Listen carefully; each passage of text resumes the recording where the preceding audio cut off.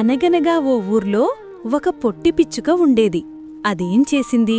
ఊరెల్లా తిరిగి ఉలవగింజ, చేనల్లా తిరిగి శనగిగింజ, పెరడల్లా తిరిగి పెసరగింజ ఇల్లాంటివి ఎన్నో గింజలు పోగు చేసుకుని కొట్టి కొట్టి కొండంత రొట్టి చేసుకుని చింతచెట్టు మీద కూర్చుని ఆ పిచ్చుక రొట్టెను ఎగరేసుకుంటూ తింటూ ఉంటే చీమ తలకాయంత ముక్క చెట్టు తొరలో పడిపోయింది. అప్పుడు పిచ్చుక ఏం చేసింది? వడ్రంగి దగ్గరికి వెళ్ళి, వడ్రంగి అతి కష్టపడి కొండంత రొట్టి చీసుకుని తింటుంటే చీమ తలకాయంత ముక్క చెట్టు తొరలో పడిపోయిందోయ్, చెట్టు కొట్టి అది తీసిపెట్టాలోయ్ అంది. వడ్రంగి చీమ తలకాయంత ముక్కకై చెట్టు కొట్టాలా అని పకపక నవ్వాడు. అప్పుడు పిచ్చుకెంతో కోపం వచ్చి తిన్నగా రాజు దగ్గరికి వెళ్ళి, రాజుగారు అతి కష్టపడి కొండంత రొట్టి చేసుకుని తింటుంటే చీమ తలకాయంత ముక్క చెట్టు తొర్రలో పడిపోయింది, తీసిపెట్టమని వడ్రంగినడిగితే తీయనన్నాడు. వడ్రంగిని దండించు రాజుగారు అంది. రాజుగారు కూడా నవ్వి, ఇంత చిన్న పనికి వడ్రంగిని దండించాలా? దండించనుపో అన్నాడు రాజు. అమ్మ, వీడి పని ఇలా ఉందా అని ఆ పిచ్చుక వెంటనే లేచి తోడేళ్ల దగ్గరికి వెళ్ళి జరిగింది చెప్పి, చెట్టు కొట్టమంటే వడ్రంగి కొట్టనన్నాడు.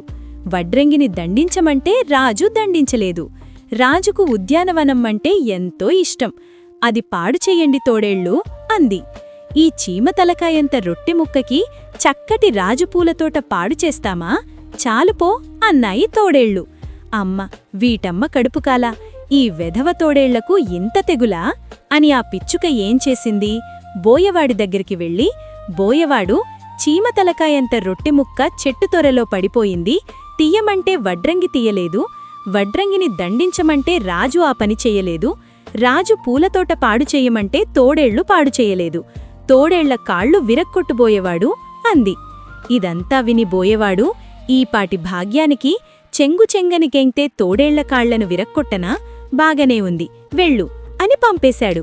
దాంతో పిచ్చుకకి కోపం ఎక్కువై ఎలుక దగ్గరికి వెళ్ళి, ఓ ఎలుక, ఓ సహాయం చేసి పెట్టాలి.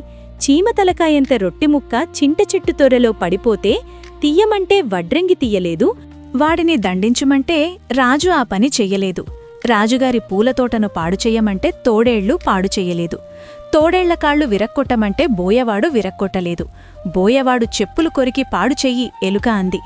ఎలుక కూడా నా వల్ల కాదు పొమ్మని అంది. అమ్మ దొంగముండా, నీకెంత గర్వమే అని పిల్లి దగ్గరికి వెళ్ళి, పిల్లిబావా, చీమ తలకాయంత రొట్టెముక్క చెట్టు తొరలో పడిపోతే తీయమంటే వడ్రంగి తీయలేదు, వడ్రంగిని దండించమంటే రాజలా చెయ్యలేదు, రాజు పూలతోట పాడు చేయమంటే తోడేళ్లు పాడు చెయ్యలేదు, తోడేళ్ల కాళ్ళు బోయవాడు విరక్కొట్టలేదు, బోయవాడు చెప్పులు కొరకమంటే ఎలుక కొరికింది లేదు, ఎలుకను వేటాను పిల్లి అంది. నాకిప్పుడు చాలా పనులున్నాయి, ఇదే పనా ఏమిటి అని పిల్లి వెళ్ళిపోయింది. అయ్యో, దీని దర్జామండ, ఉండు దీని పని పడతాను అని తిన్నగా అవ్వ దగ్గరికెళ్ళి, అవ్వా, చీమ తలకాయంత రొట్టెముక్క చెట్టు తొరలో పడితే వడ్రంగి తీయలేదు, రాజు వడ్రంగిని దండించమంటే రాజు దండించలేదు, రాజుగారి పూలతోటను తోడేళ్లు పాడు చెయ్యలేదు, తోడేళ్ల కాళ్ళు బోయవాడు విరక్కొట్టలేదు, బోయవాడు చెప్పులు ఎలుక కొరకలేదు, ఎలుకను పిల్లి వేటాడలేదు, పిల్లిమీద వేడివేడి పాలు పొయ్యి అవ్వ అంది. చీమ తలకాయంత రొట్టెముక్క కోసం పిల్లిమీద పాలు పోస్తానా? చాలుచాల్లే అని అవ్వ కసిరి పొమ్మంది అని తిన్నగా తాతయ్య దగ్గరికి వెళ్ళి, చీమ తలకాయంత రొట్టెముక్క తొర్రలో పడిపోతే వడ్రంగి తీయలేదు, రాజు వడ్రంగిని దండించమంటే రాజు దండించలేదు, తోడేళ్లు రాజుగారి పూలతోటను పాడు చెయ్యలేదు, తోడేళ్ల కాళ్ళు బోయవాడు విరక్కొట్టలేదు, బోయవాడు చెప్పులు ఎలుక పీకలేదు, అవ్వ పిల్లిమీద వేడిపాలు పొయ్యలేదు, అవ్వను చితక్కొట్టు తాత అంది. అమ్మో, నేనలా చేస్తానా?